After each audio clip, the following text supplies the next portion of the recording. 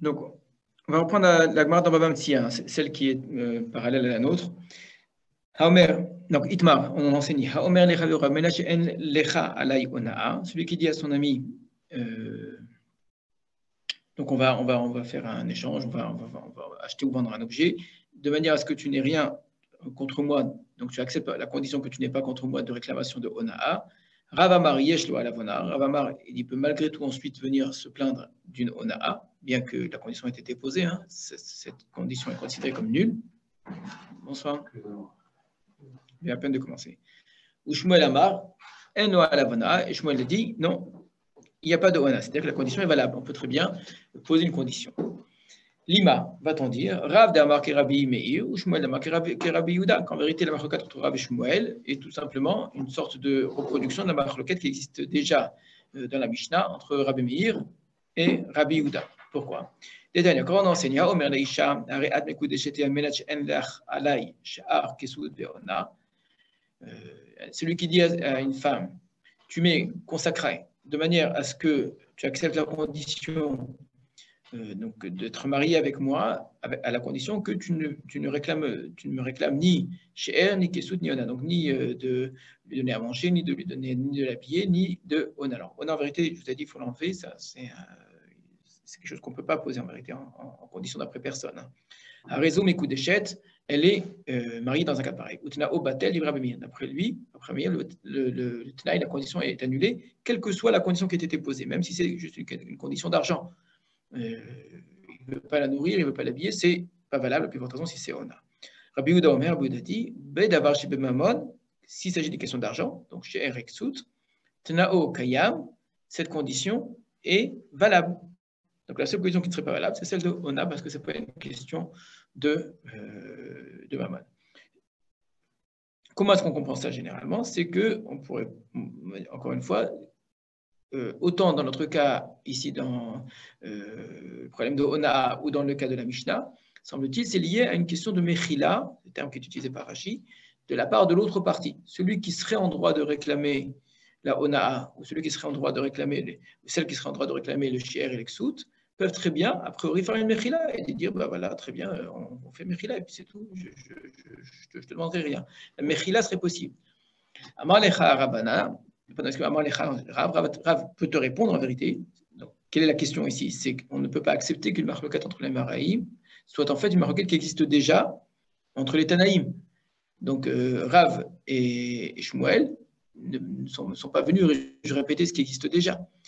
Pourtant, ça se ressemble beaucoup. On a l'impression que l'un dit que Matne al-Mashikatu Batora, quand je pose une condition de manière qui soit contrainte à la Torah, la condition est nulle.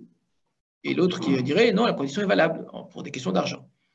Alors, Rav va te répondre non, pas du tout. Nos deux marloquettes se ressemblent, et pourtant, ce n'est pas la même chose. Et d'ailleurs, Ana d'Amre a filou les Rabbi Yehuda. Moi, ce que j'ai dit, que Yeshlo à la Vona'a, qui peut réclamer la Vona'a, ça marcherait même d'après Rabbi Yehuda, qui avait dit que le Tnaï, il est Kayam pour Kiddushin. Donc, c'est vraiment, effectivement, dans ce cas-là, pas du tout la même marloquette, et pourtant, ça se ressemble tellement. Donc, dans Kiddushin, Rabbi Yehuda a dit, le Tnaï, il est valable. Donc, ça ressemble à être matériel machekatu Torah, c'est une condition contraire à la Torah. Et pourtant, je pense que dans Ona'a, le Tanaï, il n'est pas valable. Alors, comment ça se fait? Comment c'est possible? Pourquoi? Ad kanokama Rabbi Yehuda tam eladeyad a vekamachla. Parce que quand Rabbi Yehuda a dit que les Kedushin sont, la condition posée aux Kedushin est valable, c'est-à-dire que les Kedushin sont valables avec la condition, et donc effectivement, dans ce cas-là, elle ne pourra pas réclamer chez Erexoud. Pourquoi est-ce que Rabbi Yehuda il a dit ça? Parce que la femme accepte cette condition en connaissance de cause des yad avec Amachla. Elle le sait et malgré tout, elle a fait Mechila. Donc cette Mechila, c'est elle qui justifie l'application de la condition. Avalacha, mais chez nous dans Ona, Miyada de Machil, d'où est-ce qu'on sait si il y a Mechila? Ce qui nous oblige à comprendre que le cas de Ona, un cas où la Ona n'est pas claire, elle n'est même pas certaine. Alors, j'ai dit deux choses ici. Pas clair, c'est-à-dire il y a peut-être une âme, on ne sait pas de combien. Donc, dans ce cas-là, lui, il dit je suis Mochel, mais à quel point il est Mochel? Il ne se rend peut-être pas compte. Et peut-être même, ça voudrait dire que, si ça se trouve, il n'y a peut-être même pas d'Ona 1. Et ça, de toute façon, qu'on a vu dans Makot, semble effectivement aller dans ce cas-là, puisqu'il va demander que dans Shmit, la Shemitah Ksafim, on ait exactement la même règle qui s'applique, c'est-à-dire où on puisse considérer qu'il n'y a rien de fixe, on ne sait pas, d'accord? Shmuel Amar, Anad Amre, Afilou les Rabbi Meir. Et Shmuel, lui, qui a dit dans Onaa que la condition s'applique, lui va dire à l'inverse, il pourrait te dire à l'inverse, que même Rabbi Meir, qui dans Kiddushin dit que la condition ne s'applique pas, il serait d'accord dans Onaa. Comment c'est possible? Car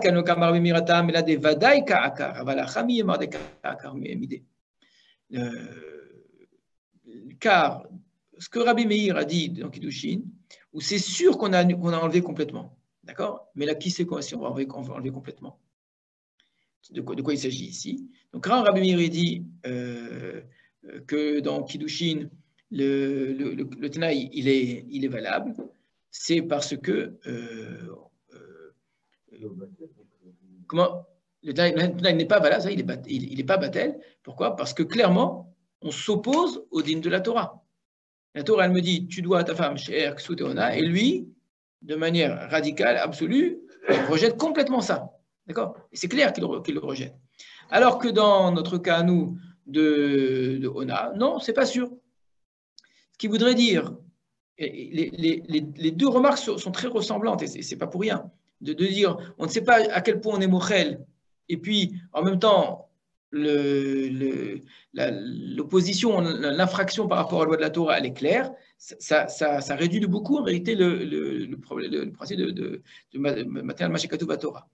Alors, encore une fois, c'est une marloquette, c'est-à-dire qu'on ne doit pas nous retenir ces deux barrières-là d'une certaine façon et encadrer complètement le Mashekatu Torah à l'intérieur de cela, puisque c'est en marloquette. Mais on est en train de poser cela comme barrière possible, que l'un ou l'autre pourrait s'arrêter à cela.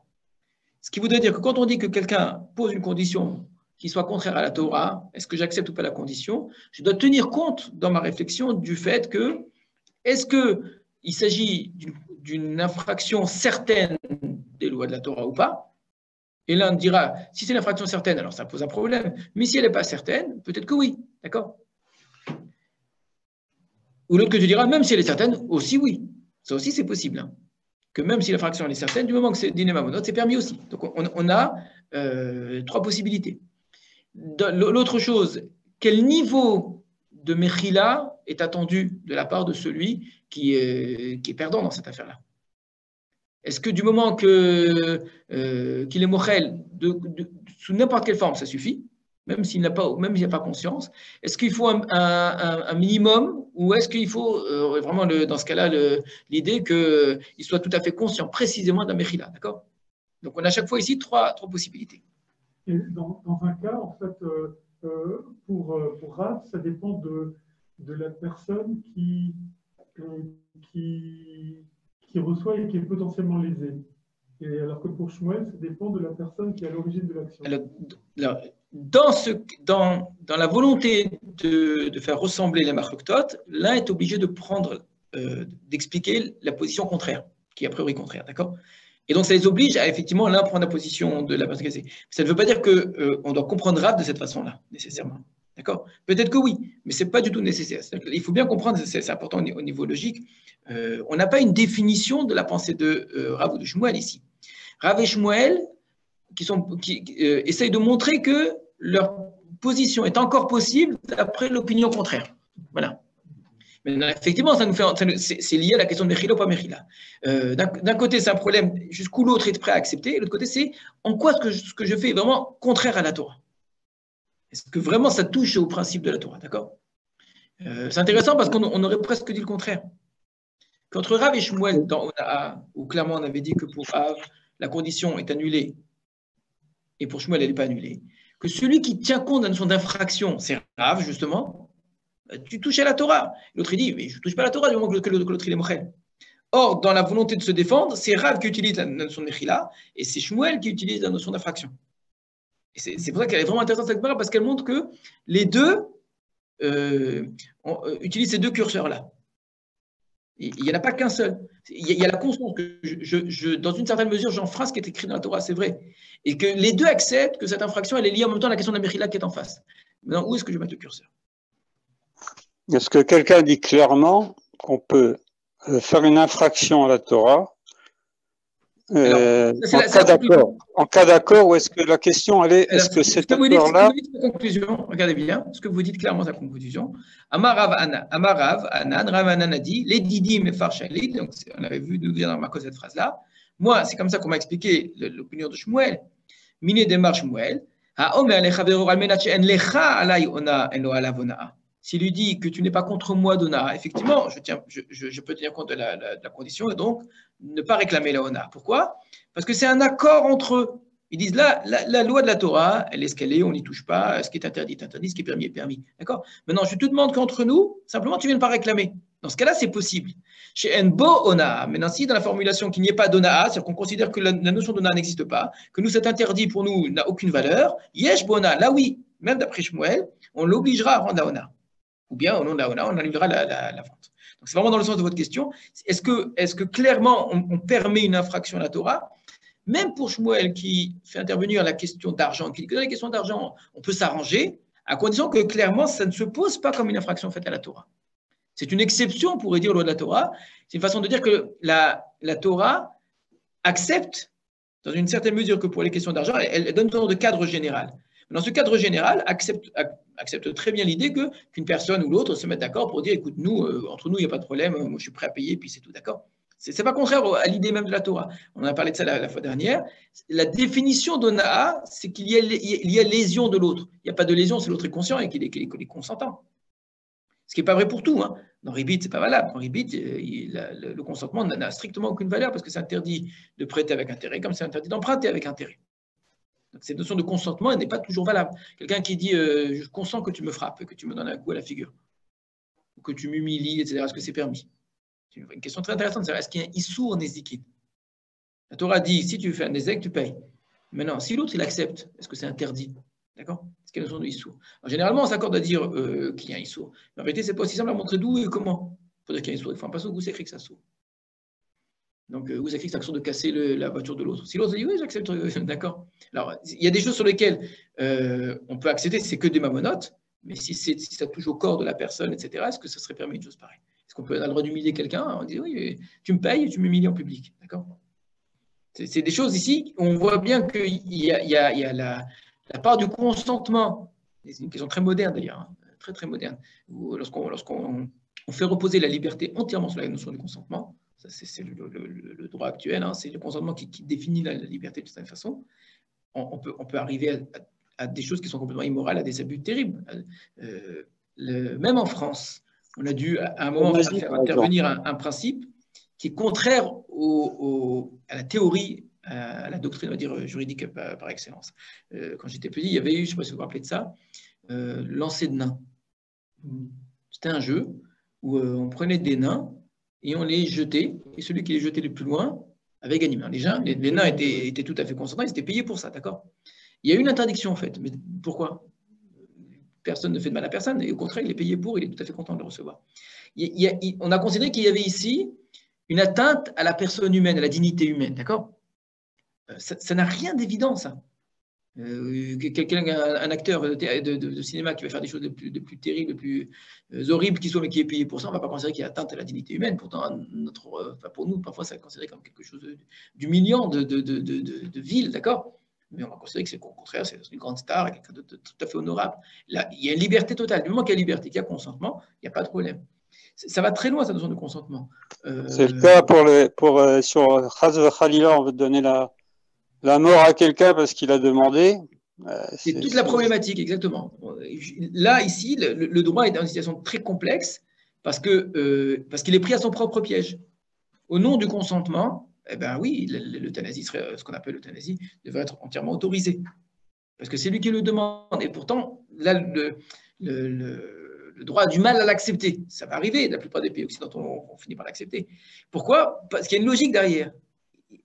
Porter atteinte à la liberté d'autrui, c'est-à-dire porter atteinte à son consentement. Liberté et consentement vont de pair. Ce qui n'est pas le cas dans la Torah. J'avais un autre exemple en tête.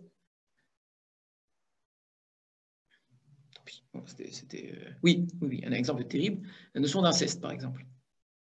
Alors, on parle beaucoup de pédophilie, d'inceste, etc. Maintenant, s'il y a consentement, Alors, vous allez me dire, il n'y a pas de consentement pour un enfant, pour quelqu'un qui est mineur. Donc, c'est un vice de consentement. Ce n'est pas un problème moral, c'est un vice de consentement. Donc, si on pouvait considérer le consentement d'une fille de 10 ans, pourquoi pas, d'accord. Maintenant, si c'est des adultes, le fils, il a 18 ans, sa mère, elle a 46 ans, il n'y a aucun problème. Dans la loi française, il n'y a strictement aucun problème. Pourquoi? Parce qu'il y a consentement. Oui, adulte consentement. Voilà. Et pour la même raison, à mon avis, le droit français va être un moment bloqué à cause de cela.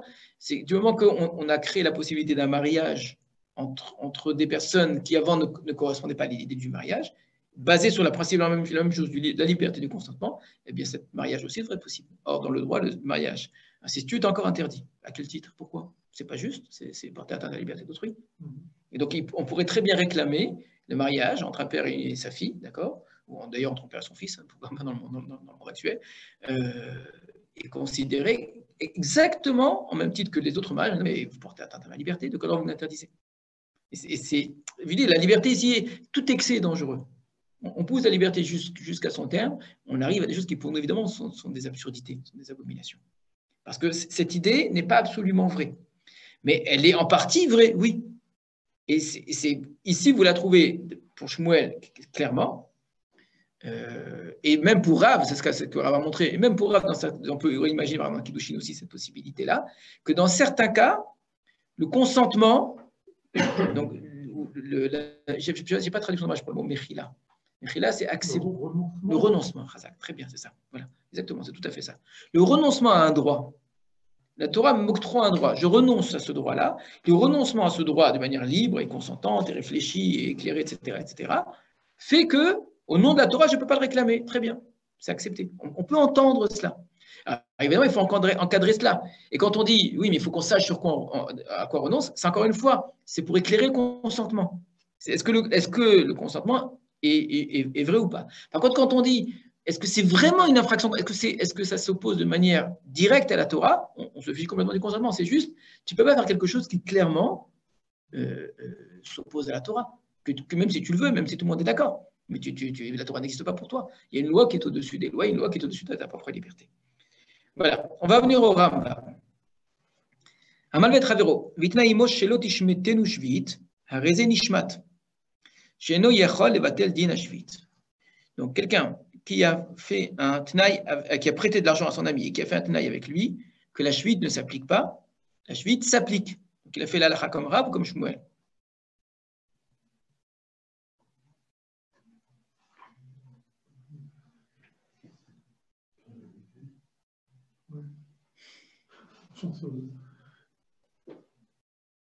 Alors, on avance. At itnaimo shelo yashmit hu chov ze ve'afilu bashvit tnao kayam. Ça veut dire quoi?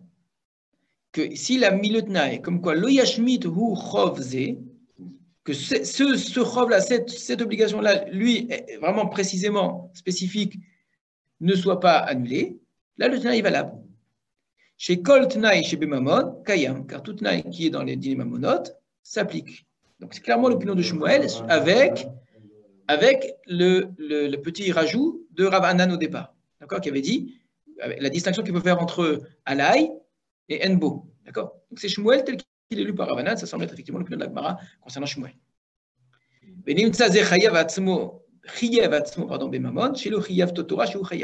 Et voilà que celui-ci s'est imposé de l'argent que la Torah ne lui a pas imposé d'être chayav. D'accord. Regardez, le fait d'avoir ajouté ça, c'est important chez le Rambam.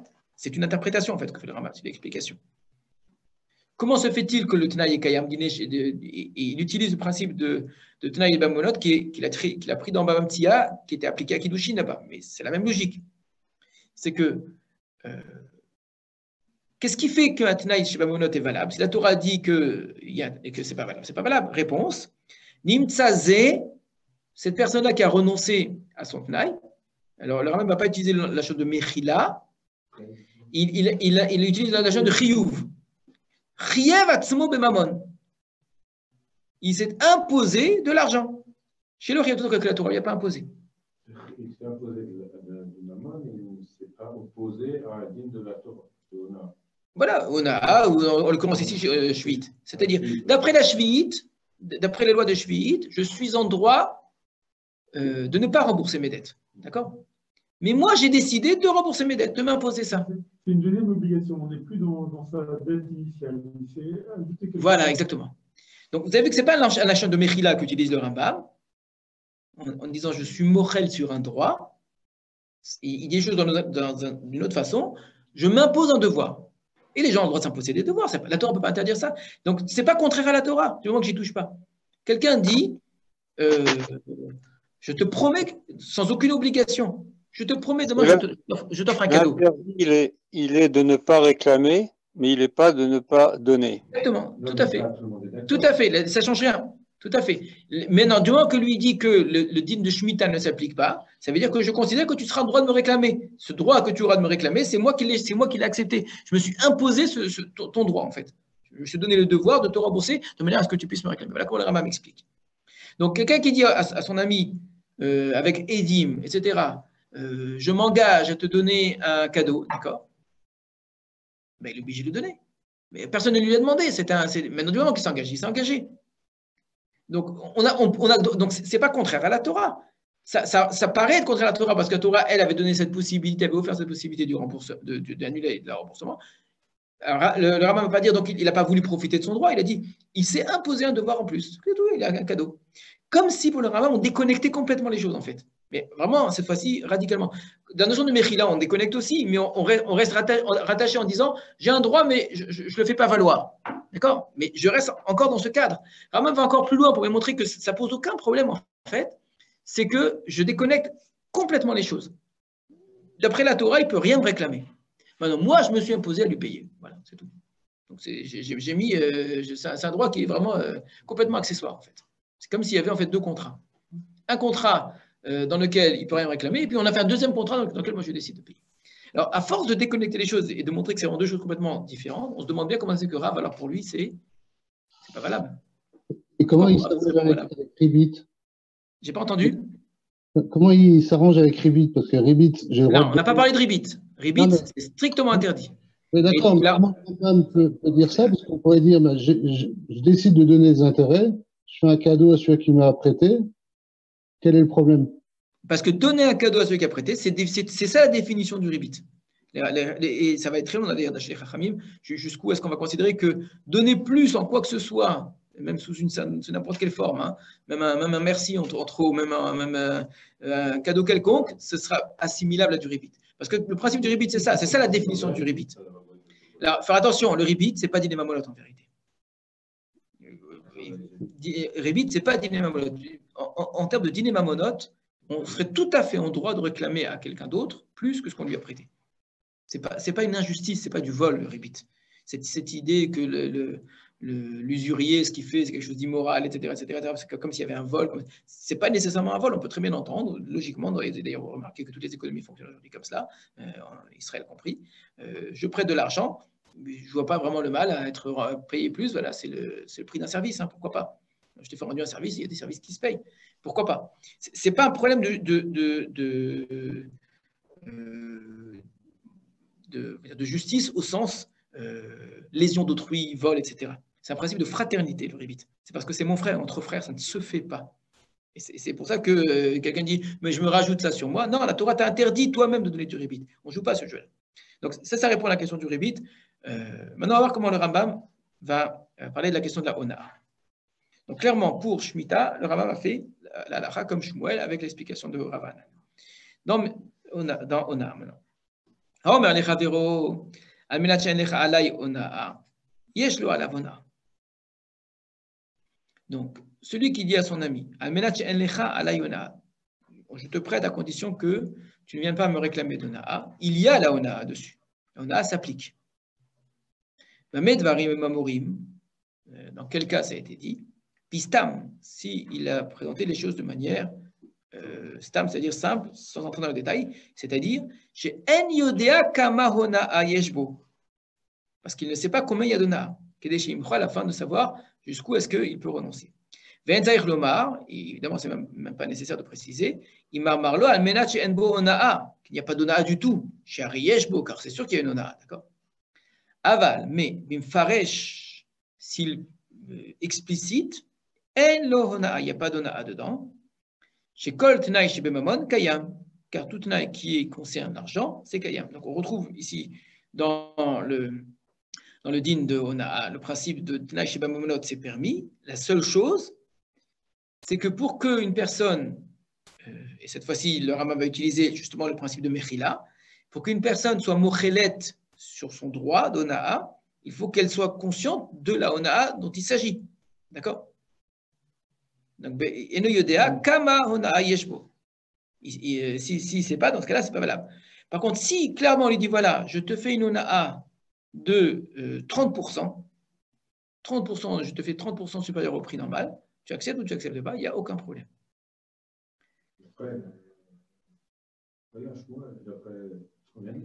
C'est ce que dit le Rambam ici quand il dit cela, c'est l'opinion de qui?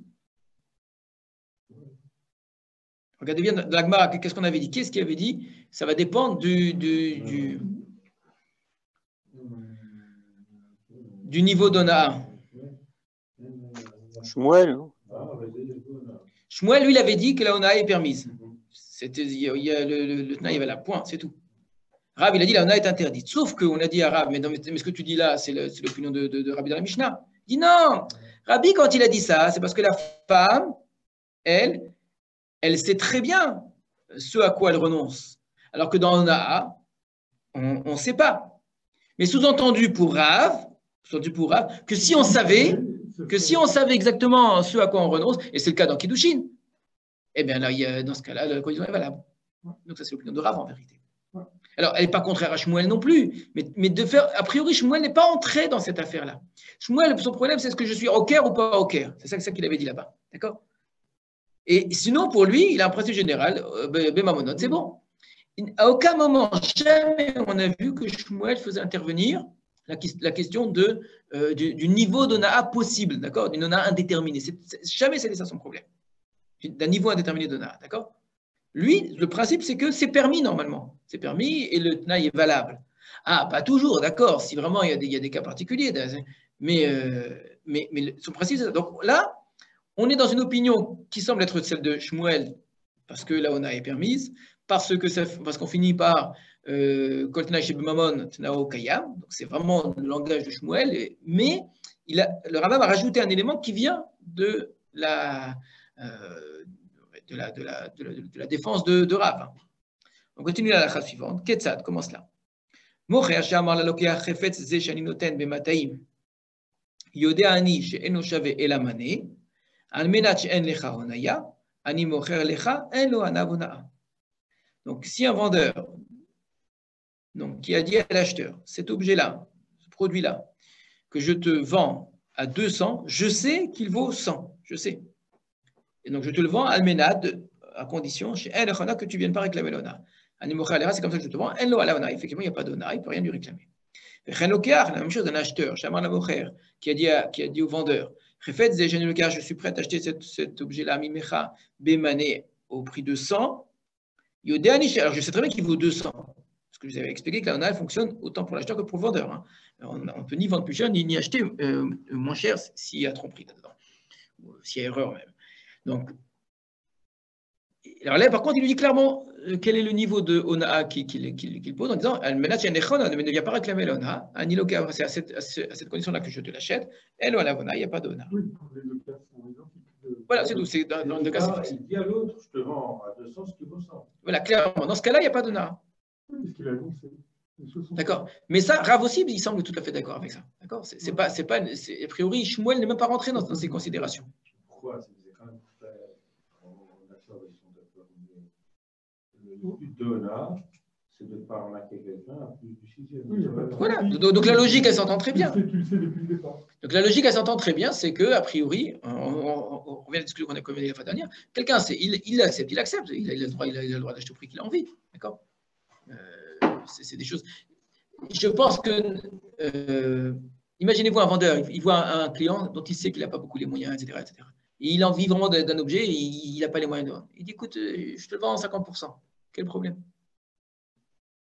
Oui, pas. D'accord. Alors, je fais ça à personne. Pourquoi? Parce que j'ai envie de te vendre à 50%. Où est le problème? D'accord. Ou à l'inverse, quelqu'un qui a vraiment des besoins, qui est obligé de vendre un objet parce qu'il n'a plus les moyens. Son acheteur, il se rend compte que l'autre, il est là, il a pris à la gorge. Il fait exprès de lui acheter au double du prix. Il sait très bien que ce n'est pas son prix, mais bon, je ne sais pas donner de tzedaka de manière. C'est de l'arnaquer, il va faire un motif. C'est comme ça, Eh ben non, il ne faut pas dire ça. Moi, je connais, vous connaissez certainement des gens qui leur commerce était aussi une façon de faire de la tzedaka. Ils étaient commerçants et balaient chesed en même temps. Ça existe aussi, d'accord?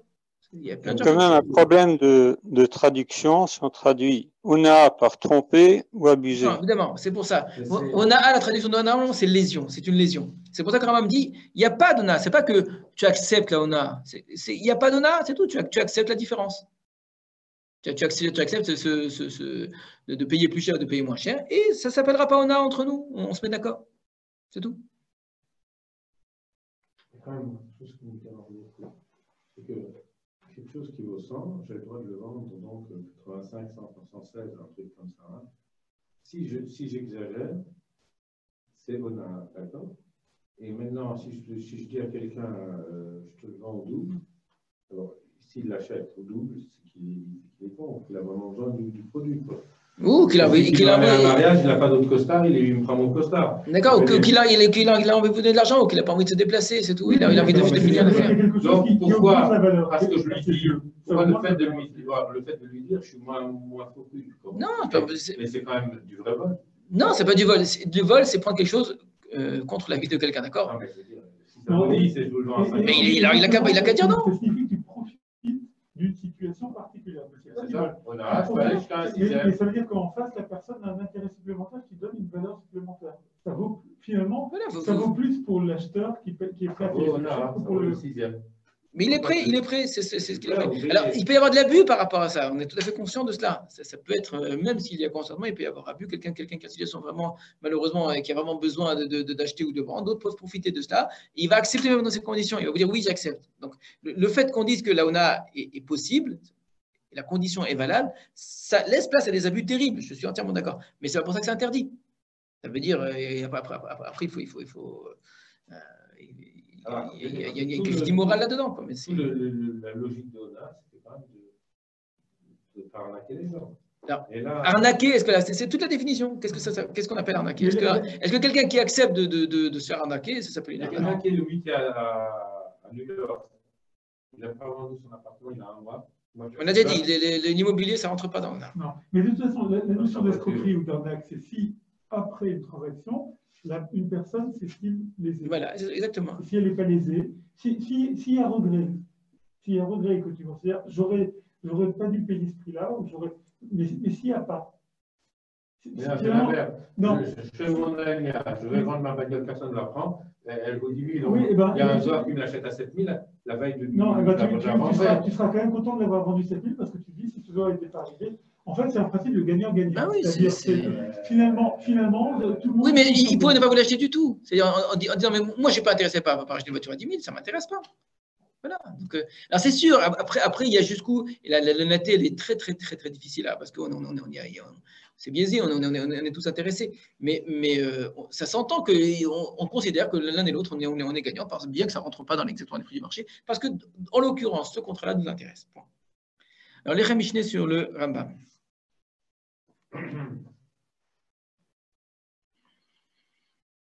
Alors, nous dit le Lechem Mishneh, comme très souvent, il cite les sources du Rambam, ce que ne fait pas le Rambam. Machloket des Rav Shmuel, le Perek Hazav, c'est la machloket entre Rav et Shmuel, dans Perek Hazav. Ou pas ça que Rabbeinu Zechrono Ibracha qui Rav.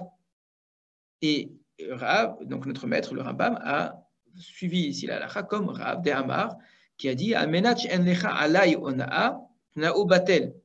Celui qui dit si tu as une onaa, on pose la condition afin que tu n'aies pas d'onaa contre moi, son tenai n'est pas valable. Aval almenach en bo onaa,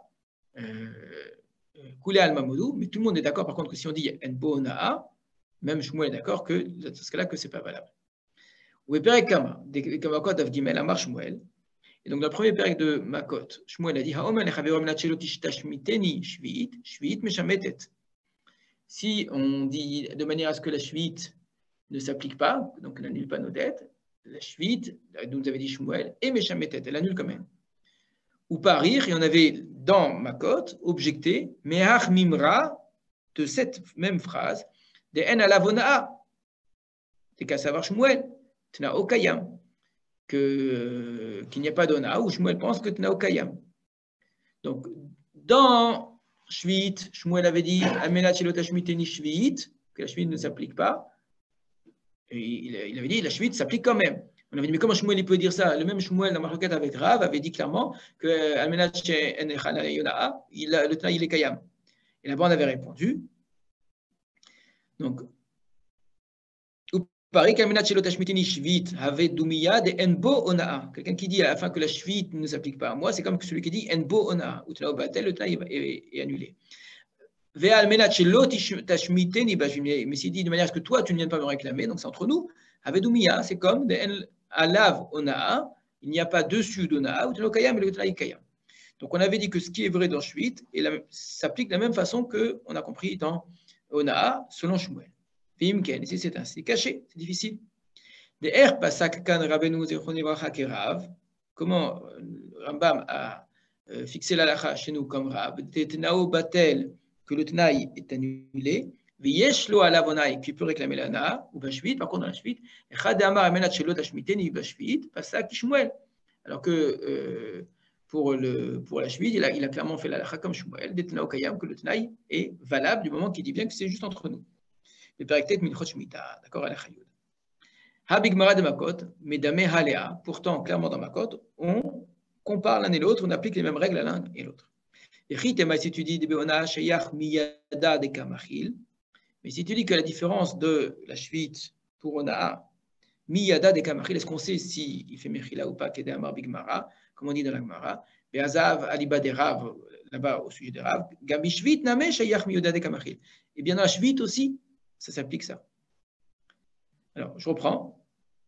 Il est en train de dire, dans Shvit, Rambam a fait l'alacha comme Shmuel, et dans Ona, comme Rav. D'accord. Alors, si tu me dis oui, mais il y a une distinction importante à faire, c'est que on trouve dans la Ona quelque chose qui n'existe pas dans Shvit, tout simplement. Que dans la Ona, l'idée de est-ce que je sais à quel point est-ce qu'il y a Mechila ou il n'y a pas Mechila, d'accord? Ça, c'est quelque chose qui peut s'appliquer dans Ona, qui ne s'appliquerait pas dans Shvit. Il dit ça, je n'accepte pas. Pourquoi? Et là, il utilise le Tosfot qu'on a étudié. Le Tosfot avait dit, justement à cause de la comparaison, puisque la Gemara compare, il fallait qu'on comparer jusqu'au bout. Rappelez-vous de ce qu'on avait fait après avoir lu Baba Metzia, c'est que puisque la Gemara dans Baba Metzia avait fait intervenir cette notion de à quel point quelqu'un est conscient de la Mechila qu'il est en train de s'appliquer. Et ça, c'est très important. Et Tosfot a dit, mais dans Shvit, c'est pas comparable. Réponse dans Shvit aussi. On parle de pourquoi? Tosfot avait répondu parce que si ça se trouve, il va rembourser avant. Donc, c'est pas sûr. C'est intéressant parce qu'on voit ici qu'il y a une identification à deux concepts, et je l'avais fait remarquer déjà tout à l'heure de faire attention à ça, qui sont différents dans la Gemara, mais qui ici sont considérés en réalité comme les deux formes de la même chose. Miyada de Kamachil, est-ce qu'on sait est-ce qu'il y a Mechila du tout, d'accord? Et quel est le niveau d'Ona? C'est pas tout à fait la même chose. Or ici, clairement, les Mishneh considère que c'est pareil, ça vient au même, c'est-à-dire on s'engage, il y a des choses sans savoir à quoi on s'engage. Est-ce que ça va s'appliquer ou ça va s'appliquer? Est-ce qu'il va rembourser, est-ce qu'il ne va pas rembourser? Est-ce que je me suis fait avoir, est-ce que je ne me suis pas fait avoir? D'accord? Tout cela, c'est des choses qui reviennent au même que de dire à quel niveau de Mechila je suis prêt à accepter. Donc, puisque les Tosfot nous ont expliqué que dans Shvit aussi, il y a le même principe d'incertitude d'une certaine façon, on ne sait pas est-ce que ça va rembourser ou pas. Alors, le Rambam aurait dû appliquer la même règle à Shvit qu'il a appliquée ici en disant, puisque c'est quelque chose qui est incertain, etc., donc ce ne serait pas valable. Donc, je reprends. Si tu dis que dans Ona, effectivement, on a ce principe que, est-ce que je sais si la personne a vraiment fait Mechila ou pas? Est-ce qu'il a conscience de quel Mechila il est en train d'accepter? Kedamar Bigmar, comme on dit là-bas dans Gemara, Be'azav, Aliba de Rav, au sujet de Rav, Gam Bishvit Name, Shayach Miyada de Kamachil, de Shama, Yifralo Kodem, car peut-être qu'il aura remboursé avant, qui me voit Betosot, comme ça a été dit dans ce Sot Perekama de Makot ou Be'azav. Et là, chez Efshar Lechalek Bedochak, mais on peut malgré tout distinguer Shvit et Ona de manière un peu difficile. Mais non, les Shvit, Deacha lu Yada Imnit Ane, Velo Yada de Machil. Car ici, il ne sait même pas s'il a été lésé, et donc il ne sait pas s'il est mochel. Donc voilà, maintenant il revient à cette distinction entre les deux idées. C'est que, je ne sais pas si j'ai eu Ona, et puis, supposons que j'ai eu Ona, d'accord, supposons que j'ai eu Ona. Ça se trouve, je suis mochel en fait. Enfin, ou peut-être pas en fait, j'en sais rien. Donc, il y a deux choses. D'abord, je ne sais pas s'il y a Ona, et puis même s'il y a Ona, peut-être je serais Mochel au fond.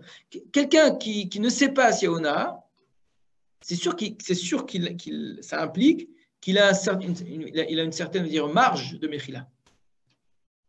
Il sait qu'il y a peut-être Ona, il accepte quand même. D'accord? Donc, il a une marge de Mechila, mais jusqu'où elle va cette marge de Mechila? Alors, pourquoi est-ce qu'il a accepté finalement? Il a accepté, un, parce que peut-être il n'y a pas d'Ona du tout. Et il a accepté, deux, parce que même s'il y a Ona, elle n'est peut-être pas énorme. Voilà, c'est tout ça qui se passe dans la tête de la personne. Aval bishvit, mais dans la shvit, que varnoda, c'est clair, de la shvit, mais jamais tête, que la shvit, elle annule. Donc, ce qu'il a à gagner, c'est clair, et ce qu'il a à perdre, c'est clair. Ce qu'il a à gagner, c'est de ne rien rembourser du tout. D'accord? Aval ou yadaim, il fera le kodamis, juste il ne sait pas s'il va rembourser avant. Alors, vous aviez raison de dire, mais c'est quand même bizarre de qu'est-ce qu'il va aller payer ses dettes avant, etc. C'est une question contre Tosfot, en vérité. Ça. Mais en kolze, chavé, mais tout ça, ça ne lui convient pas, nous dit le Sivler Mishnah, et ça demande d'entrer dans ces distinctions-là. On avait couché à cette question, Gamken, il le Poskim, mais pas que d'après le Rambam, des Paskou et Daad Rabbeinu, qui ont tous suivi le Rambam ensuite. Donc, je crois que tout le monde a suivi le Rambam. Donc, il faut bien analyser la question. Moi, j'ai Katava Rav Magi de Afal Pishoim Ktsat, Mefarshim She'ena Bedavka, on ne peut pas entrer là-dedans.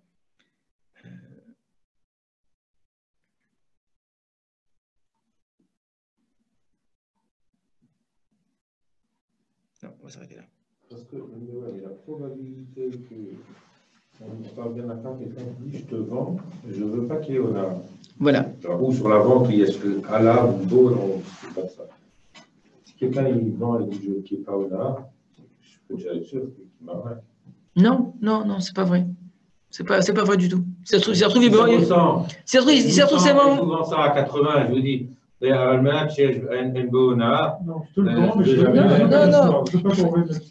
Non, c'est pas vrai. Vous parlez des cas généraux, mais c'est pas obligatoire.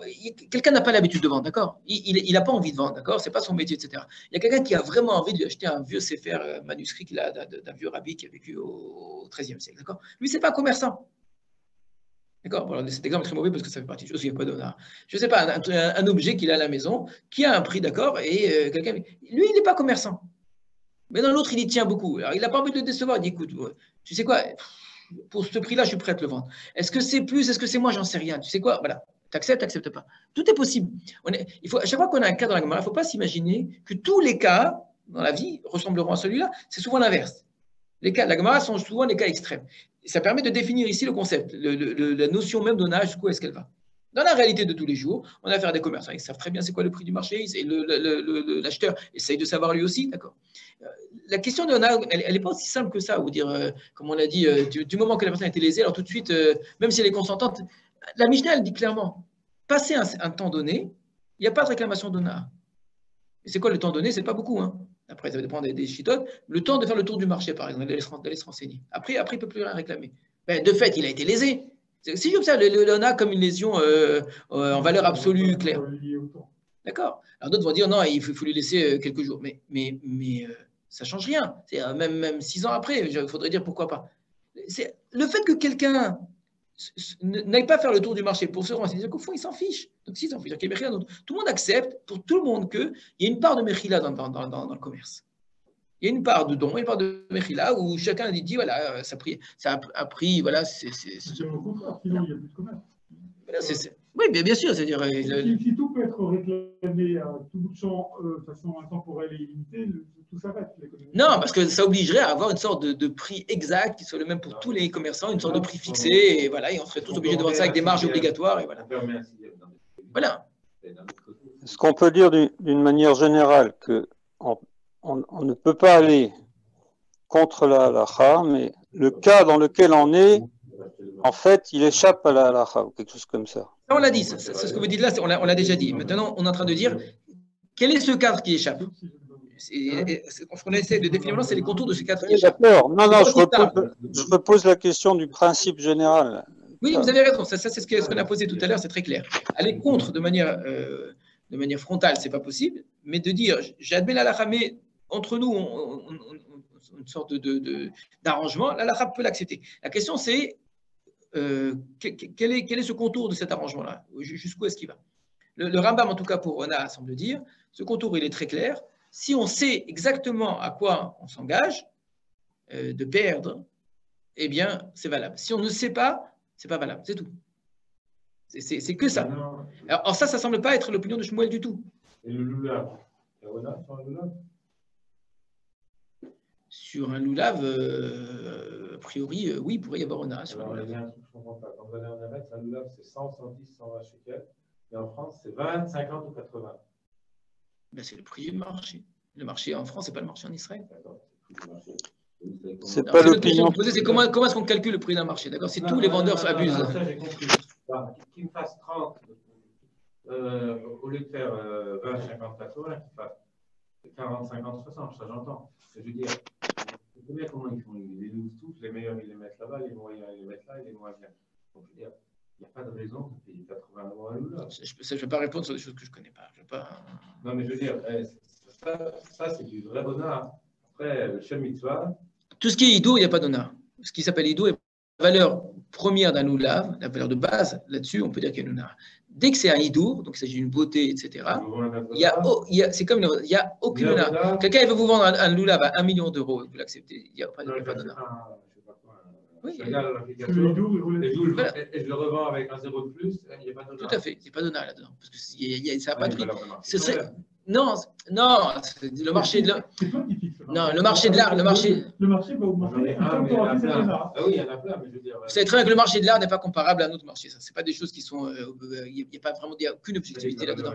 La valeur du tableau, c'est quoi? C'est le prix réel du tableau, c'est le prix de la peinture, de la toile et du temps passé par l'artiste. Et ça, avec ça, vous n'allez pas loin, d'accord?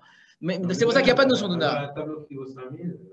C'est-à-dire quoi qui vaut 5 000? Vous l'avez acheté 5 000. Il peut valoir 4 ou 6, mais je l'achète 5 et je le revends 20. Donc ça ne veut pas dire qu'il vaut 5 000. Ça veut dire qu'au moment où vous l'avez acheté, il n'était pas demandé, cet artiste n'était pas connu, etc. Aujourd'hui, il y a plein de gens qui veulent l'acheter. Donc, il n'y a pas de valeur fixe. Il n'y a pas de valeur fixe pour dire. Un tableau qui vaut 5, il ne vaut pas 2, il ne vaut pas 10. Il ne vaut rien, en vérité. Les acheteurs surpayent en 10 les œuvres d'un artiste, le prix du marché de cet artiste devient 10. Bien sûr, comment il s'appelle? Bansky s'appelle, il a fait un coup terrible. Au même moment où ses œuvres étaient vendues, comment ça s'appelle, le grand truc de vente aux enchères à New York? Oui, je crois vraiment. Au même moment, il a fait exprès de vendre ses œuvres, les mêmes œuvres lui-même qu'il avait dessinées, dans la rue.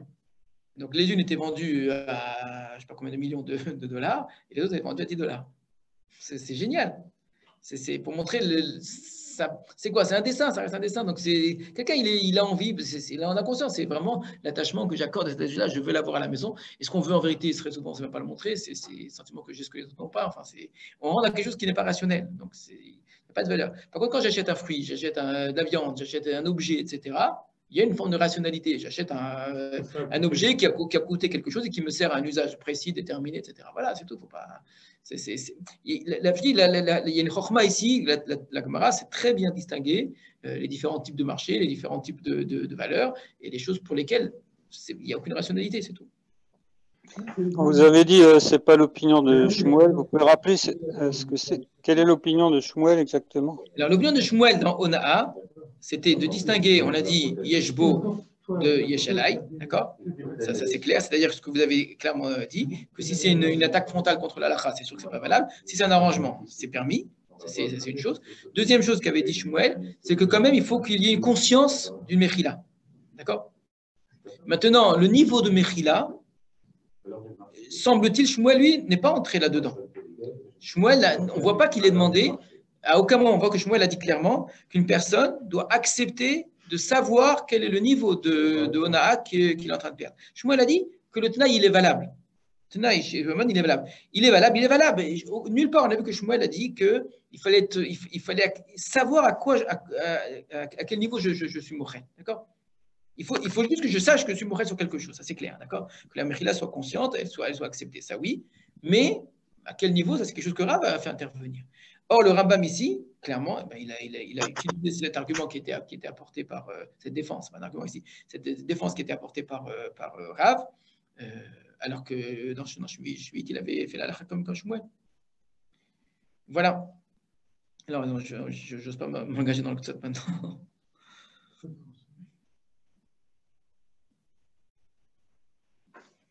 La semaine prochaine? Ouais, on fera la semaine prochaine. Voilà. On avait moins le temps, c'est pas grave. À bientôt.